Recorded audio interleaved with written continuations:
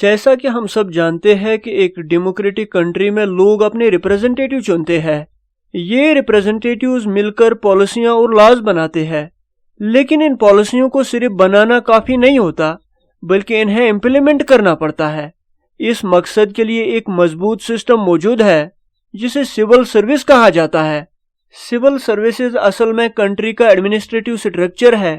اس میں وہ لوگ ہوتے ہیں جن کا کام یہ یقینی بنانا ہے کہ جو فیصلے اور پالیسیاں پولیٹیکل ایگزیکٹو یعنی الیکٹڈ ریپریزنٹیٹیوز بناتے ہیں وہ لوگوں تک پہنچائیں اور امپلیمنٹ کی جائیں.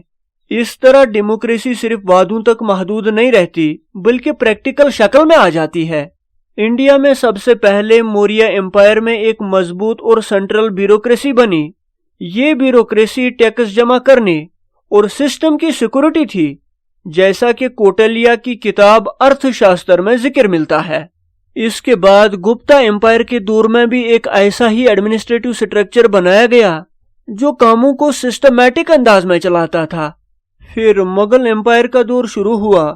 مغلوں نے ایک الیبوریٹ اور مضبوط بیوروکریسی قائم کی جسے منصب داری سسٹم کہا جاتا تھا.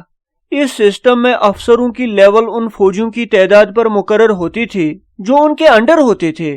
وقت گزرتا گیا اور ایسٹ انڈیا کمپنی کا رول شروع ہوا. اس دور میں سویلین اور فوجی افسروں میں کوئی زیادہ فرق نہیں ہوتا تھا. ان کی تنخواہیں کبھی نقد دی جاتی تھی اور کبھی جاگیروں کی صورت میں زمین دی جاتی تھی. برٹش حکومت نے سول سروسز کو سسٹمیٹک بنایا اور ملٹری سروسز سے الگ کر کے ایک نیا سٹرکچر بنایا. اب افسروں کو لیول کے حساب سے رکھا گیا اور ان کی تنخواہیں لوگوں سے لیے گئے ٹیکس سے دی جانے لگی. اس طرح انڈیا میں سول سروسز وقت کے ساتھ ساتھ بدلتی اور ڈیولپ ہوتی رہی. پھر 1757 کے بیٹل آف پلیسی اور 1764 کے بیٹل آف بکسر کے بعد جب ایسٹ انڈیا کمپنی نے انڈیا کے بڑے علاقے اپنے قبضے میں کر لیے تو انہیں ایک مضبوط ایڈمنسٹریٹو سٹرکچر کی ضرورت محسوس ہوئی. اسی وقت بنگال کے گورنر جنرل وارن ہیسٹنگز نے ڈسٹرکٹ کلیکٹر کا پوسٹ قائم کیا تاکہ زمین سے ٹیکسز جمع کیے جائیں، لیکن یہ پوسٹ زیادہ دیر نہیں چل سکا کیونکہ اس میں پاورز کا حد سے زیادہ استعمال اور کرپشن سامنے آیا.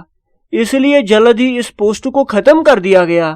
بعد میں گورنر جنرل لارڈ کارن والیس آئے جنہیں انڈیا میں سول سروسز کا فادر کہا جاتا ہے. انہوں نے دو طرح کی سروسز انٹروڈیوس کرائی. پہلا کوویننٹڈ سول سروسز، یہ ٹاپ لیول کی سول سروسز تھی. برٹش ایسٹ انڈیا کمپنی کے لاز کے مطابق چلتی تھی. زیادہ تر یورپی اس میں شامل تھے اور انہیں موٹی تنخواہیں دی جاتی تھی. دوسرا تھا انکوویننٹڈ سول سروسز، یہ لوور لیول کی سروسز تھی. زیادہ تر انڈین اور کچھ یورپی اس میں شامل تھے لیکن ان کی تنخواہیں کم ہوتی تھی. اس کے بعد چارٹر ایکٹ 1833 آیا جس میں کہا گیا کہ کسی انڈین کو برٹش ایسٹ انڈیا کمپنی کے تحت کسی پوسٹ سے محروم نہ رکھا جائے، لیکن اس قانون نے برٹش بیوروکریٹک سٹرکچر میں کوئی تبدیلی نہیں لائی. 1853 تک برٹش ایسٹ انڈیا کمپنی کی سول سروسز میں اپوائنٹمنٹ کا سارا پاور کورٹ آف ڈائریکٹرز کے پاس رہا. یہ اپوائنٹمنٹ سفارش کے ذریعے ہوتی تھی، لیکن چارٹر ایکٹ 1853 کے تحت ایک نیا سسٹم آیا جس میں سول سروسز کے ریکروٹمنٹ کے لیے اوپن کمپٹیٹو ایگزام انٹروڈیوس کرایا گیا اور کورٹ آف ڈائریکٹرز کا یہ پاور ختم کر دیا گیا. یہ ریکمنڈیشنز ایک کمیٹی نے سجیسٹ کی تھی جس کے ہیڈ لارڈ میکولے تھے. رزلٹ یہ نکلا کہ 1855 میں پہلا کمپٹیٹو ایگزام کرایا گیا اور اس طرح انڈیا میں سول سروسز ایک سسٹمیٹک شکل میں آ گئی.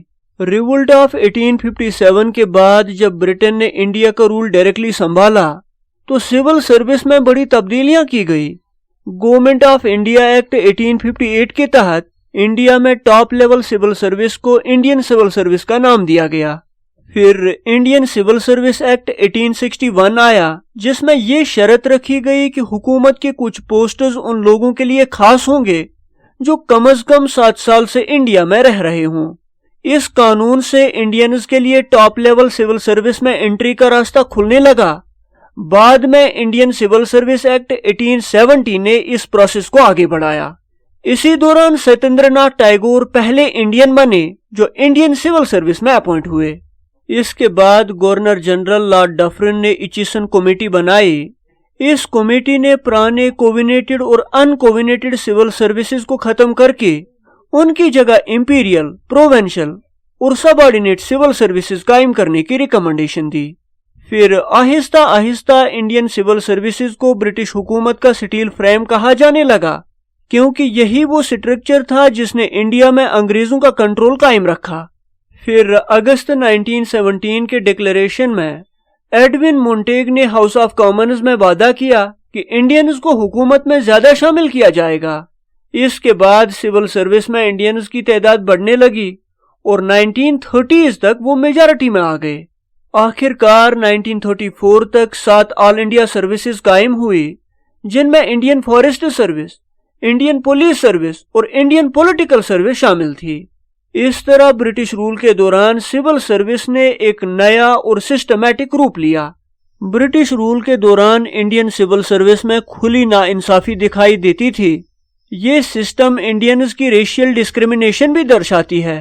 تقریباً تمام ٹاپ لیول سروسز یورپی لوگوں کے لیے خاص تھی، جبکہ انڈینز کے لیے صرف کم تنخواہ والی چھوٹی نوکریاں رکھی جاتی تھی۔ ریکروٹمنٹ کے ایگزامز لندن میں ہوتے تھے، جن میں گریک، لیٹن اور انگلش جیسے سبجیکٹس شامل کیے جاتے تھے۔ اس وجہ سے انڈینز کی سول سروس میں ریپرزنٹیشن نہ کے برابر تھی۔ اس کے ساتھ ساتھ ایج لمٹ کو بھی سخت کر دیا گیا۔ 1860 میں کینڈیڈیٹس کی زیادہ سے زیادہ عمر 23 سال سے کم کر کے 22 سال کر دیا گیا اور 1866 میں اسے اور کم کر کے 21 سال کر دیا گیا۔ اس طرح یہ سسٹم انڈینز کو سول سروس سے دور رکھنے کے لیے بنایا گیا تاکہ صرف یورپی ہی ٹاپ لیول پوسٹز پر رہ پائیں۔ آزادی کے بعد جب انڈیا ایک نئے دور میں داخل ہوا تو سب سے بڑا چیلنج انڈیا کی یونٹی اور انٹیگریٹی کو قائم رکھنا تھا۔ اس وقت کے بڑے نیشنلسٹ لیڈر سردار ولبھ بھائی پٹیل نے اس بات پر زور دیا کہ سول سروسز کو برقرار رکھا جائے۔ ان کا ماننا تھا کہ اگر ایک آرگنائزڈ بیوروکریسی موجود ہو تو ہی نیا انڈیا مضبوط اور یونائٹڈ رہ سکتا ہے۔ سردار پٹیل نے یہ بھی کہا کہ انڈیا میں ایڈمنسٹریٹو یونیفارمٹی کے لیے آل انڈیا سروسز ہونی چاہیے، جیسے IAS، IPS اور IFS۔ یہ سروسز پورے ملک کو ایک یونیفارم سسٹم کے تحت جوڑنے میں مددگار ثابت ہوں گی اور نیشنل یونٹی کے لیے ضروری ہے۔ اس طرح سردار پٹیل نے انڈیپینڈنٹ انڈیا میں سول سروسز کو مضبوط بیس فراہم کی۔ اب سول سروسز سے متعلق کچھ لاز اینڈ ریگولیشنز دیکھ لو۔ 1853 کے چارٹر ایکٹ کے بعد سول سروسز میں ریکروٹمنٹ کے لیے اوپن کمپٹیٹو ایگزام کا طریقہ اپنایا گیا۔ اس کے بعد ایچسن کمیشن نے ریکمنڈیشن دی کہ ایگزام میں بیٹھنے کے لیے کم از کم عمر 19 سال اور زیادہ سے زیادہ 23 سال ہونی چاہیے۔ 1923 میں قائم ہونے والے وسکاؤنٹلی کمیشن نے یہ ریکمنڈیشن دی کہ سول سروسز کی ریکروٹمنٹ کے امتحان منعقد کرنے کے لیے ایک پبلک سروس کمیشن ہونا چاہیے۔ پھر 1926 میں یہ پبلک سروس کمیشن بنایا گیا۔ 1935 کے گورنمنٹ آف انڈیا ایکٹ کے تحت اس کمیشن کے پاورز بڑھا دیے گئے اور اسے فیڈرل پبلک سروس کمیشن میں بدل دیا گیا۔ آزادی کے بعد اسی انسٹیٹیوشن کو یونین پبلک سروس کمیشن کہا گیا اور 1950 میں اسے کانسٹیٹیوشن میں ریکگنائز کیا گیا۔ اب یونین پبلک سروس کمیشن کو یہ پاور ہے کہ وہ سول سروسز کے ایگزام کنڈکٹ کرے، سکسیسفل کینڈیڈیٹ سلیکٹ کرے اور انہیں سول سروسز میں اپوائنٹ کرے۔ Thank you.